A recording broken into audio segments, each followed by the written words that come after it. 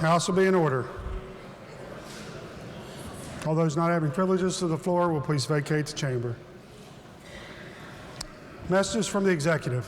Dear Speaker Armstead, the following amends and replaces the fiscal year 2018 official estimate general revenue statement of revenues by source, which I submitted to you on February 8th, 2017 as part of my budget document for the fiscal year ending June 30th, 2018. Jim Justice, Governor. Message will be received. Messages from the Senate. The Clerk of the Senate announces the Senate has passed with amendment to take effect for passage House Bill 106 relating generally to the furlough of public employees during declared fiscal emergency. Message will be received. Gentleman from the 58th. Thank you very much, Mr. Speaker. I ask unanimous consent to take the bill up for immediate consideration. Gentleman from the 58th asks unanimous consent the bill be taken up for immediate consideration. Is there objection? Chair hears none. Gentleman from 58. Thank you, Mr. Speaker. Ladies and gentlemen, the purpose of the bill authorizes the furlough of public employees and establishes conditions under which a furlough may occur. The Senate amendments authorize the governor to declare fiscal emergency and furlough employees at any point during the fiscal year when the general revenue collection amounts for the fiscal year to date are 3% or more below the official revenue estimate upon which the budget is based at the same point in time during the fiscal year. This is different from our bill where furloughs can only be beginning July 1st in any year in which no budget for that fiscal year has been approved by the governor. The Senate version also removes the emergency appropriation that was contained in the bill that we passed. Removal of this provision precludes payment of all debts and salaries. The Senate also removed a list of certain employees who would be exempt from furlough, including but not limited to employees of the National Guard, correctional officers at prisons or jails, and employees at state hospitals. Additionally, the furlough provisions contained in the Senate version are confusing, cumbersome, and create a lack of predictability for state employees. Therefore, Mr. Speaker, I move that we refuse to concur and request the Senate to proceed. The gentleman from 58 moves that the House refuse to concur and request the Senate to recede. Is there discussion? If not, all in favor of the gentleman's motion will say aye. Aye. Those opposed, no. The ayes appear to have it. The ayes do have it. Declare the motion adopted. Clerk, please communicate the action of the House to the Senate. Further messages from the Senate. The Senate has passed without amendment House Bill 117 relating to West Virginia Health Care Authority. The message shall be received. Gentleman for the 58th. Mr. Speaker, I ask unanimous consent to return to the third order of business for receiving committee reports. Gentleman 58th asks unanimous consent that the House return to the third order of business for the purpose of receiving committee reports. Is there objection? Chair hears none. Reports of standing committees. Your Committee on Finance has had under consideration House Bill 115, the budget bill, and reports back a committee substitute, therefore, with the same title, with recommendation that the committee substitute do pass.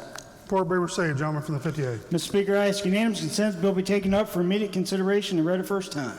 Gentleman 58 asks unanimous consent the bill be taken up for immediate consideration and read a first time. Is there objection?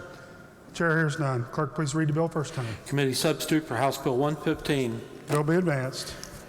Your Joint Committee on Enrolled Bills has examined, found truly enrolled, and on the 13th day of June 2017 presented to His Excellency the Governor for his action House Bill 111 relating generally to tax procedures and administration, and Senate Bill 1014 relating generally to physician assistance. Report will be received. Your Committee on Finance has had under consideration Senate Bill 1006, increasing funding for State Road Fund, and reports the same back with amendment with recommendation that it do pass as amended. Report will be received. Gentleman from the 58th. Mr. Speaker, I ask unanimous consent the bill be taken up for immediate consideration and read a first time. Gentleman 58 asks unanimous consent the bill be taken up for immediate consideration and read a first time. Is there objection? Objection's been heard. Gentleman from the 58th. Thank you, Mr. Speaker. Mr. Speaker, I move the bill be taken up for immediate consideration and read a first time. Gentleman from 58th moves the bill be taken up for immediate consideration and read a first time. All in favor of the gentleman's motion will say aye. Aye. Those opposed, no. No. The ayes appear to have it. The ayes do have it. Declare the motion adopted. Clerk, please read the bill first time. House Senate Bill 1006. Bill be advanced.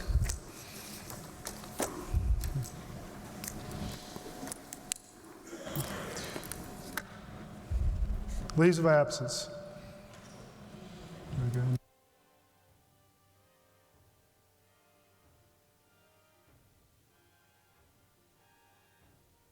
Remarks by members of the House.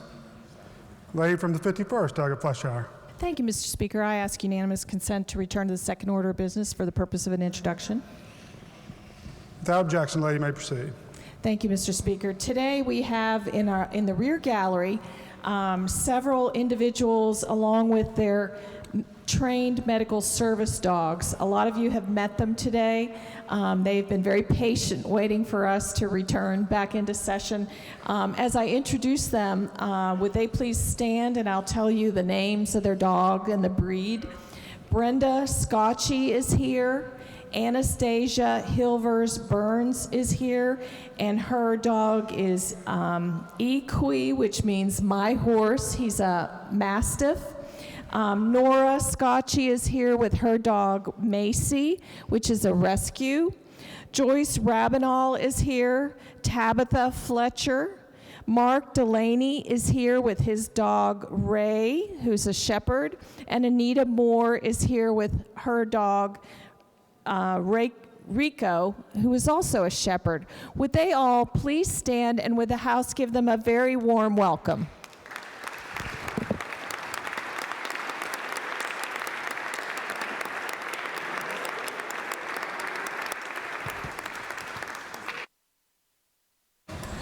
John from the 20th, Doug Markham.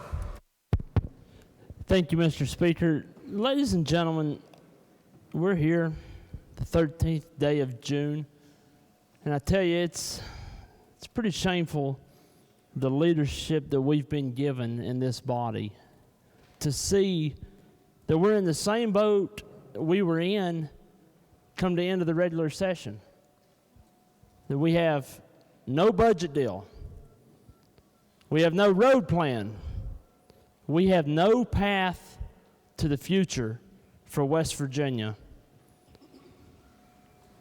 And to sit here and see the scare and the horrendous worry that's on the citizens of West Virginia if this government was to shut down is truly, truly scary.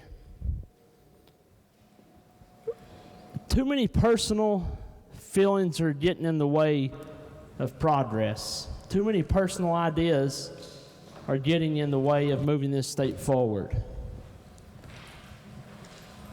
We've had plenty of time to do our job.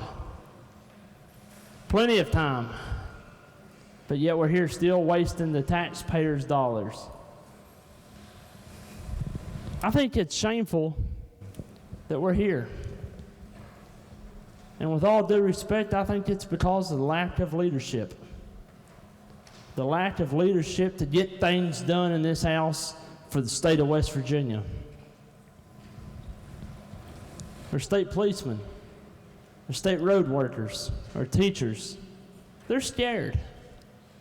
They're terrified. Grandma, grandpa on Medicaid, they're worried to death.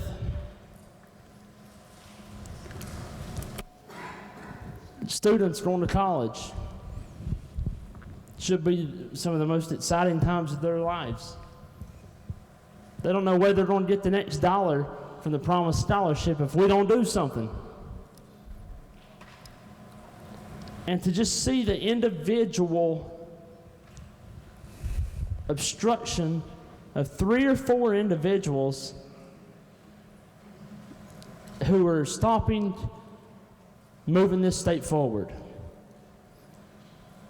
Every day there's a new plan proposed, a new plan proposed. Let's let our personal feelings get out of the way, let's do what's right, and let's move this state forward. Because it seems like we're taking a half step forward and 10 steps backwards. We come in here, we clock in, we get paid, we go home, and we'll come back in a few days. We should be here every day to midnight until this is done. We should put the hard work in, put the time in, and do what's right for the people of this state. But no, it seems like we want to send it off to a conference committee and let 3 or 4 people handle it, and then we hope it comes back and we hope it has the votes to pass. That's a joke. And this legislative body is truly getting painted with the brush We're all getting painted with the same brush. And I want the people to know who's listening today, I'm not obstructing progress. There's a select few in here on the other side of the aisle that are.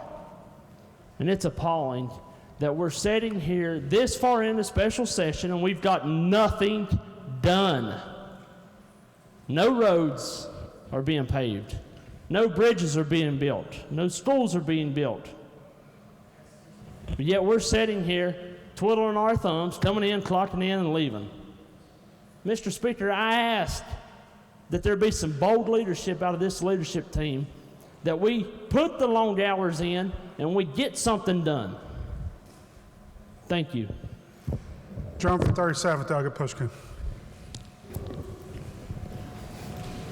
Thank you, Mr. Speaker. Would the Chairman of Finance please yield for just a couple questions? Gentleman yields. Thank you, sir.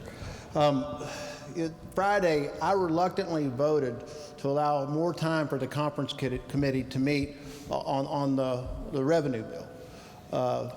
I actually switched my vote. I was going to vote against that motion. I voted for it. We allowed for more time. I've heard different things about what happened today. Could you please inform the body of the status of the conference committee and that revenue bill, please? Yes, the conference committee met earlier today, and the conference report from the House was put on the table and voted for, and we have signatures on the report right now, and waiting a few other signatures. Which signatures are we waiting for? The Senate's signatures. Which senators? I don't know all of that right About now. which one signed it? Which one signed it? I don't know. I just know that the 5 House members all signed it. What's that? All 5 House conferees signed the report. And to the credit of the majority party, in this body, who worked in good faith, trying to work on a compromise that can be passed out here and get a revenue bill. So the Republican members of the Senate Conference Committee haven't signed the bill. Is that correct? I haven't seen the full signature page. Thank you. Thank you. Mr. Speaker, I move to discharge House Bill 110 from the Finance Committee, and I'd like to speak to the motion.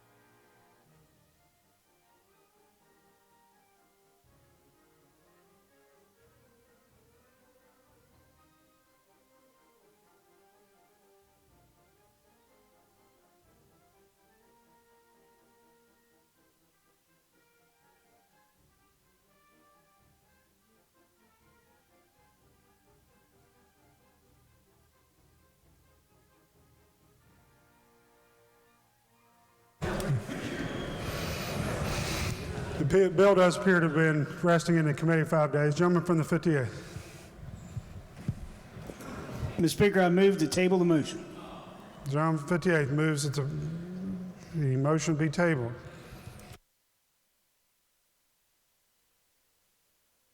The motion to table is not debatable. For what purpose is the gentleman from the 20th, the gentleman from the 50th, or gentleman from the 50th, Doug Caputo? Point of order, Mr. Chairman. Gentleman may stay his point. If I wanted to support discharging the bill, I would have to defeat the motion to table. Is that correct? So my vote on the majority leader's motion to table would be no if I wanted to proceed to the discharge motion. Is that correct? Gentleman is correct.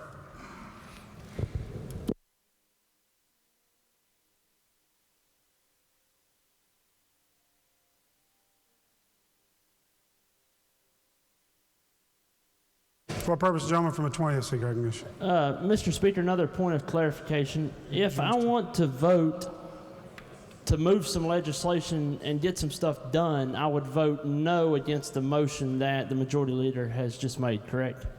The gentleman, I don't necessarily agree with your characterization. As I answered the gentleman from the 50th request, the motion before us is a motion to table. The motion by the gentleman from the 37th is a motion to discharge the bill. So if you wanted to discharge the bill, you would vote no against this motion to table. If you do not want to discharge the bill, then you would vote for the gentleman's motion to table it. So let me so if I want to debate a bill that we could move forward on, I would vote no. Is that correct?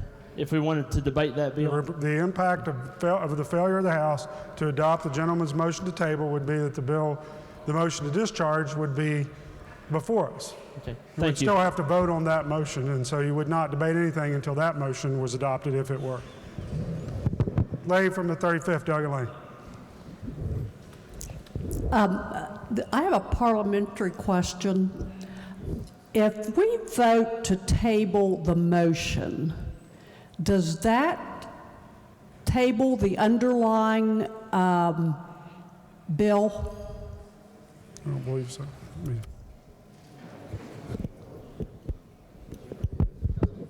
The only thing that would table would be the motion before us. It would not table the bill itself. It would be the motion to discharge. That would be what would be tabled. Request for the House is the motion by the gentleman from the 58th that the motion to discharge be tabled. Roll call has been demanded. Is demand sustained? Demand is sustained. All those in favor of the gentleman's motion will vote aye. Those opposed will vote no. The clerk will prepare the machine.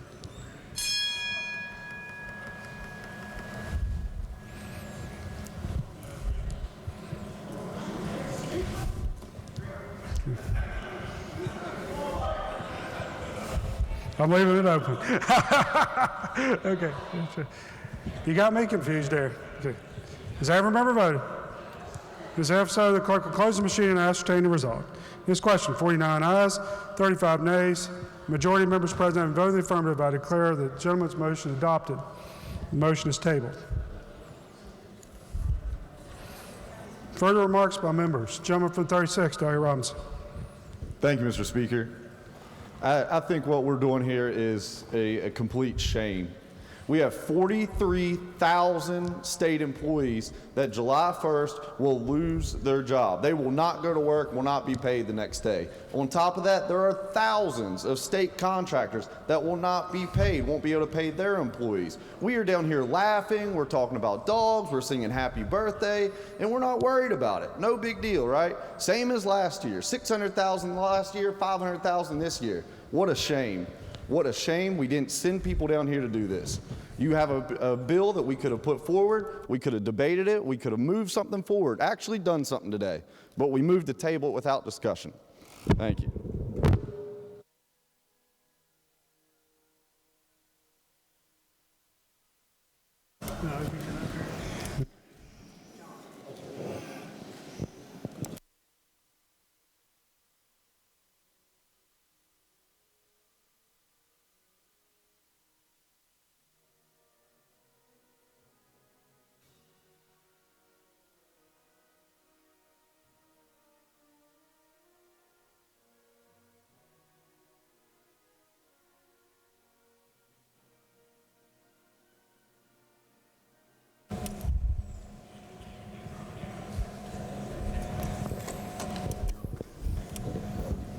The chair recognizes the gentleman from the 40th. Thank you, Mr. Speaker. Mr. Speaker, ladies and gentlemen, I've, like you, been here for several days working toward a budget resolution. And I've listened to the comments that have been made, and particularly those tonight. And I want to set a few things straight, because I think it's important that we understand where we are and how we got here. Now, we all know that the budget situation we're in is a difficult one, mainly because of our energy industry, our severance taxes, and the downstream effect of those. And we have a very serious issue in front of us, and that is what our budget will be and what it can fund, what we can afford to fund, at what level. Now, I'm going to say something that a number of you have said many times we got on the floor. I didn't expect to get on the floor and talk either. I normally don't expect to get on the floor and talk. But I want to set some things straight. And that is, first of all, there have been an awfully lot of people in this chamber here tonight who have been working day and night to try to resolve this issue. And the implication and the accusation and the attacks on people's character as if we've been sitting here doing nothing, I take offense to, and I take offense on behalf of a number of members on both sides of the aisle, because I know that they've been working hard to try to resolve this. So I don't want this some type of image and accusation that people have been coming down here and doing nothing. I don't think that's true. And I know that people have been working night and day to try to resolve these issues. And I don't know, and I think it goes to what someone just said a moment ago about the plan changing every day. Yes, it has. It's been changing not every day, sometimes every hour. Because we've had a governor who has changed that plan just about every day and changed components of that plan every day. And we've had a Senate that has changed that plan and changed components of that plan every day. And this House has worked together, I believe, in a very bipartisan fashion. In fact, the most bipartisan solution that's been passed throughout this special session came from this House. It was a solution that I believe we worked very, very closely with our colleagues, both on the House Republican and Democrat side, to craft. And that was the solution that went to this conference committee that's also been the source of a number of comments tonight. But let me just say this. We have stood very strongly together, I believe, against a proposal that we feel simply is not the right direction for our state to go. And that is a proposal that would raise sales taxes and other taxes so high that I think would have a tremendous burden on our citizens in order to do an income tax reduction. That many of us believe simply has not been fully vetted, and we don't really know what the impact of that would be. So we have put forward, I believe, in this chamber, a number of different solutions to that question that we have of how we go about constructing a budget. But we have had roadblock after roadblock after roadblock from our friends across the building. And we've had roadblocks, quite frankly, from downstairs. And I'm not trying to cast aspersions on anybody. I'm not trying to throw stones, but I am offended at the idea that any member of this House, after we have worked together to try to come up with these solutions, will get on this floor and somehow accuse people of sitting around and doing nothing. Yes, that is offensive. And it's simply not true. Because I know members of this House have been here practically every day, maybe taking Sunday off, trying to solve these dilemmas and working very hard in the Finance Committee, our chair, members of that committee, members of the colleagues across the aisle who have worked hard to do that. And I do believe we are making progress on that. Has it been as quick as I would like? Of course not. We sent a budget the last day of session. The governor should have signed that budget and we would have never been here. I feel strongly that that's the truth. When people say we're here because of anything this legislature did, it's flat out wrong. We're here in a special session because the governor vetoed a budget that we sent him. Whether you like that budget or don't like that budget, we're here because the governor vetoed our budget that we sent. So when people say we haven't passed a budget, we can't get a budget, we had a budget. The governor didn't like the budget. And he in a very offensive manner expressed his dislike of that budget, if you recall. Now, what we've tried to do is work with the governor's office, work with the Senate. I think the plan that we came up with that was proposed in the conference committee today was a reasonable combination of ideas from the governor's office, from the Senate, and from our caucus and the Democrat caucus in our House. I think we've tried very hard to bring forward solutions. And I think that I'm proud of those solutions. I don't agree with everything in them, but we have known from day one that in order to get a agreement that the House, the Senate, and the governor will agree, we're not going to love everything in it, nor is the governor, nor is the Senate. But that's where we've been working very hard to find that compromise. And there was a comment made that we don't have a budget, we don't have a road bill. If you were listening to the committee reports today, you realize that today there is both a budget and a road bill that was reported from the Finance Committee. And we're going to have debate on that. And I know not everyone likes everything in those bills.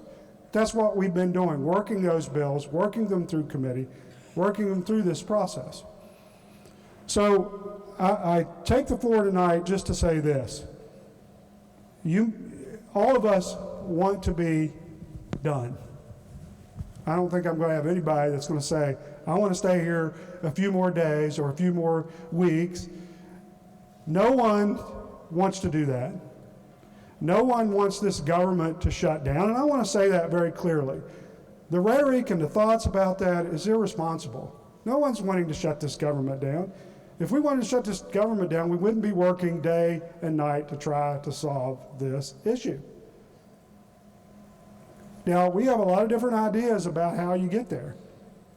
And there is a beauty and a frustration to that sometimes. We all know, part of this process, that we come with different ideas, and it's our job to work together to put those ideas together in a piece of legislation or pieces of legislation that we can support with a majority of this House, a majority of the Senate, and the governor can sign.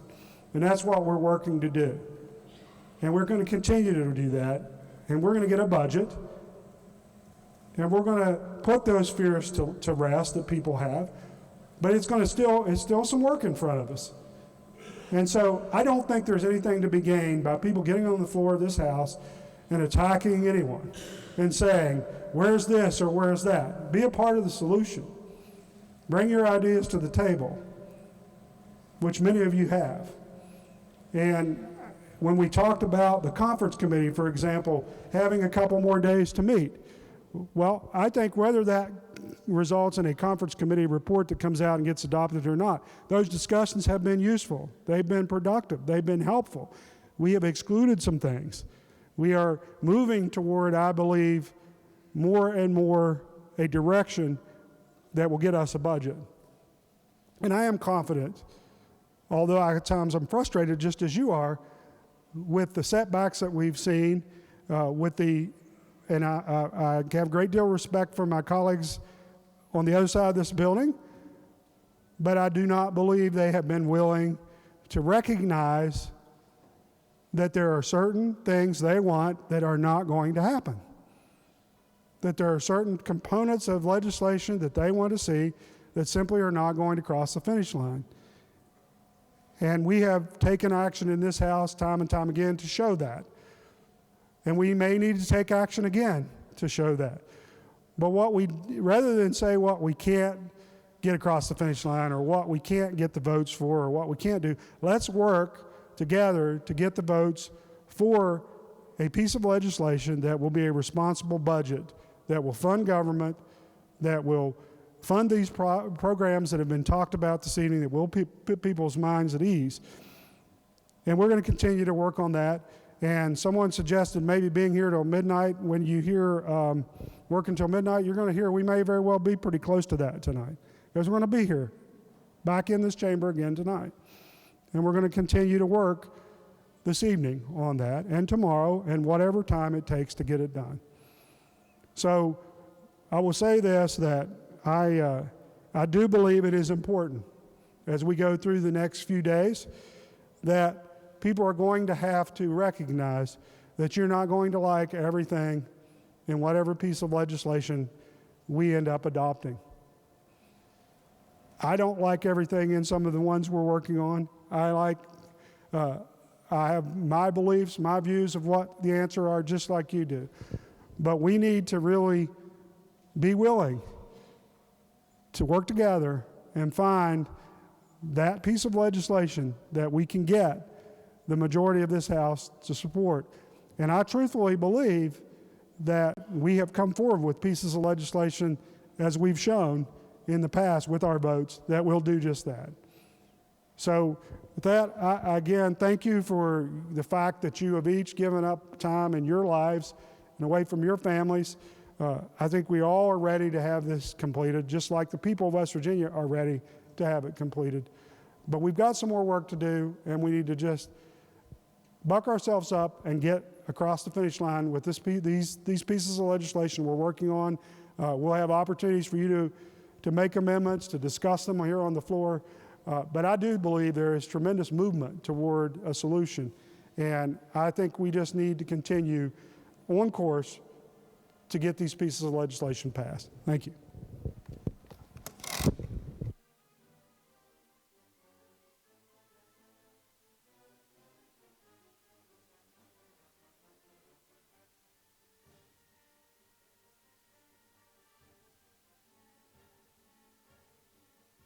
From the 17th, Delegate Rohrbach.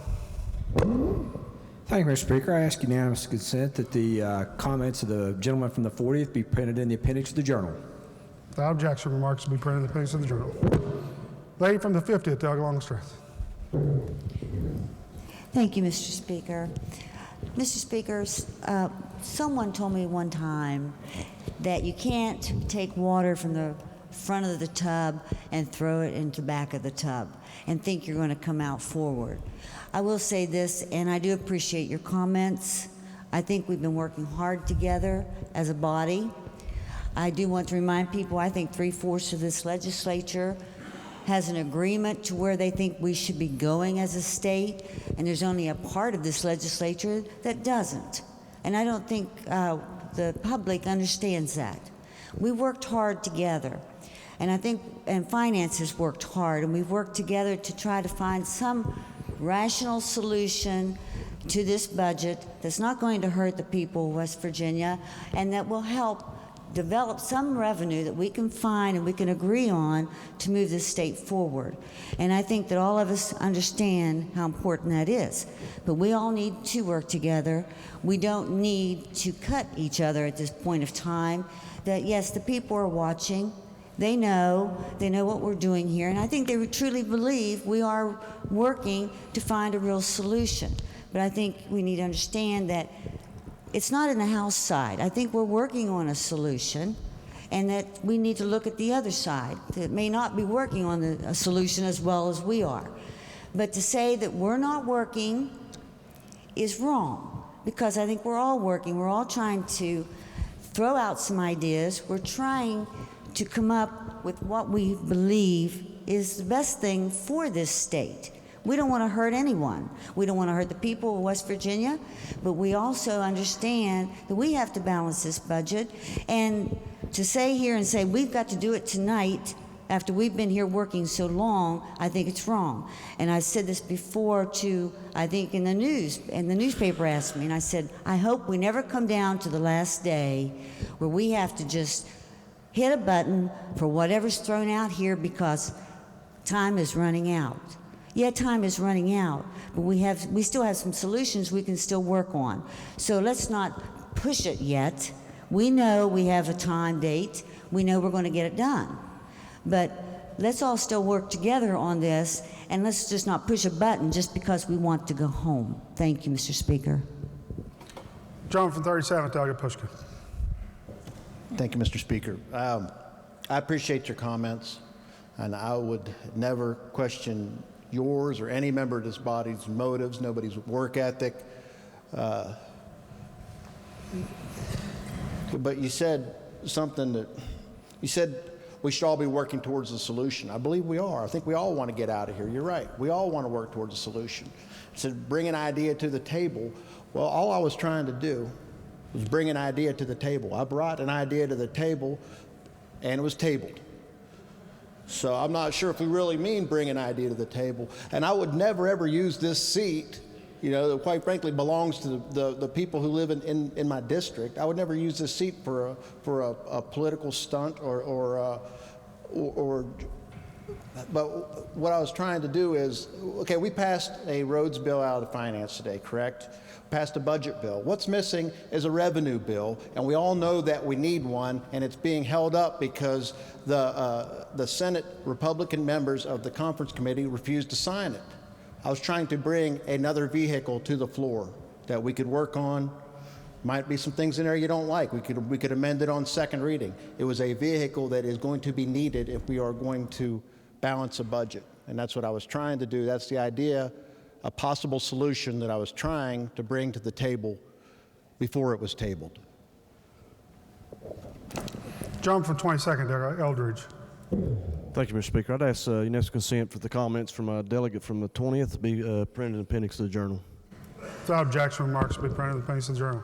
Lady from 51st, Dr. Fritsch. Yes, I'd ask unanimous consent that the comments from the gentlelady from District 50 be printed in the appendix of the journal. Without objection, remarks will be printed in the appendix of the journal. Gentleman from the 50th, Delegate Caputo.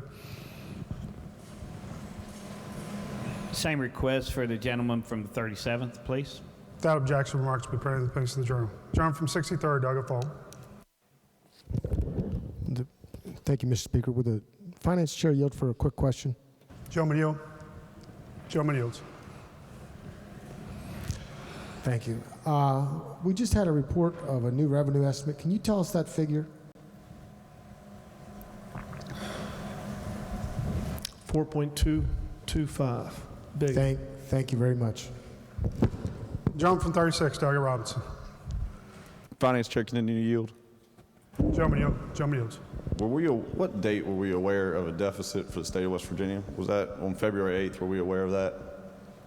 Were we aware of a deficit in the budget? Gosh, I think we were aware of a deficit all the way back to last year when the then governor, took action to cut state government. So as of February 8th, we were still aware. So about 135 days of us working towards this, we were aware of a deficit in the state budget. I'm not sure of the I think your answer is yes. I'm not sure of your question. Were we aware that the state of West Virginia was in a deficit as of February 8th when we started in this body for this legislative We session? still had a lot of legislation in front of us. Were we aware of a deficit? There was a budget that had been presented to us. I believe my question is, were we aware of a deficit? Again, I've answered it. Okay, thank you. That's 135 days ago. We were here for 60 days. We've been here for 17 days now.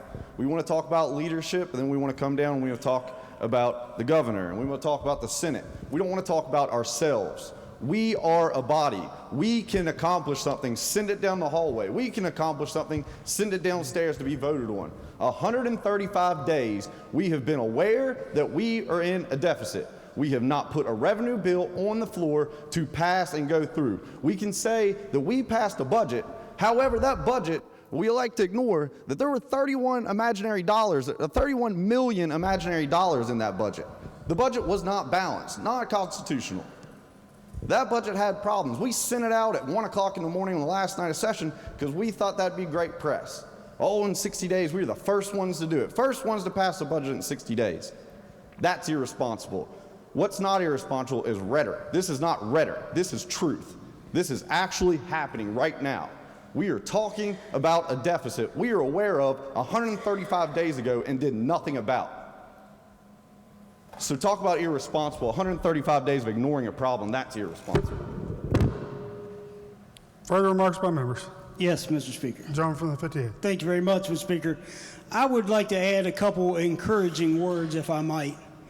You know, I got pretty thick skin, so I don't mind too much, but I would say a couple things.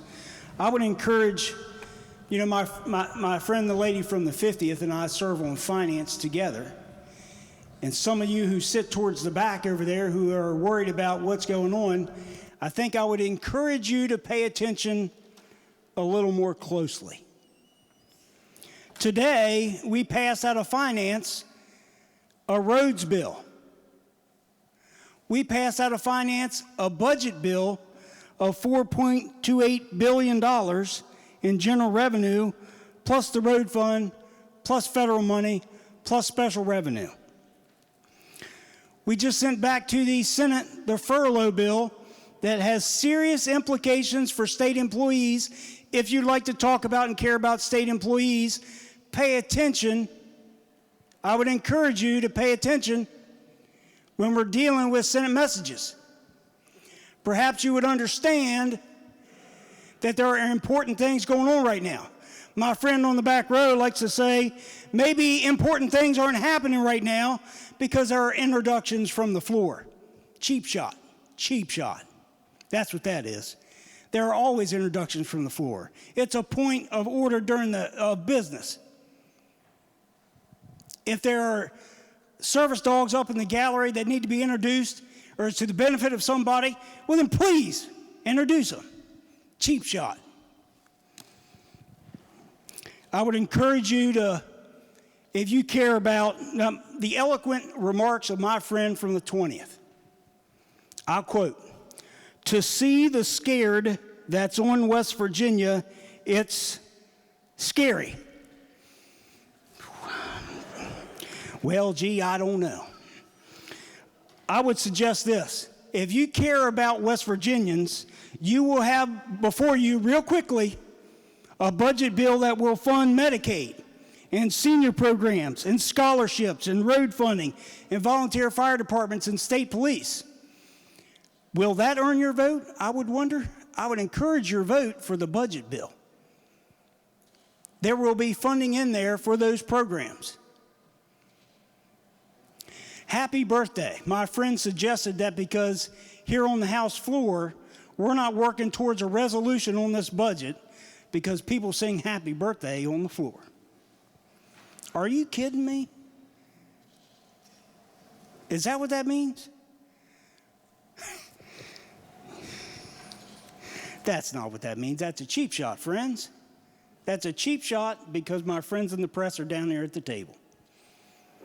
There are serious things that are going on right now. My friend would suggest perhaps we work till midnight. I think we might have that opportunity. The conference committee is appointed through midnight today. It's been right here. We're coming back tonight. Important things, things that matter to my constituents, to my friends and neighbors, to your constituents and your friends and neighbors are happening right now. Big, important bills. I would encourage you to pay attention. I would also encourage a couple other things. That none of these answers that we search for are easy. These are tough times for West Virginia. The fallout from the energy, from the war on coal, has been tough and will continue to be tough. Whatever the answers are, I promise you they are not found solely in one party or the other. They're not found on one side of the aisle or the other. We need to work together, and cheap shots and divisive speeches in the middle of these type things are not helpful. So I'd encourage you to work together, to work alongside us to accomplish those things. Those are my encouraging words, Mr. Speaker. Thank you. I'm encouraged. Gentleman from the 50th, Delegate Caputo. I'd just like to ask unanimous consent that the gentleman from the 36th remarks be printed in the appendix of the journal. Objection's been heard. I move. He has a right to say what he wants to say. Gentleman from the 50th moves that the remarks be printed in the appendix of the journal.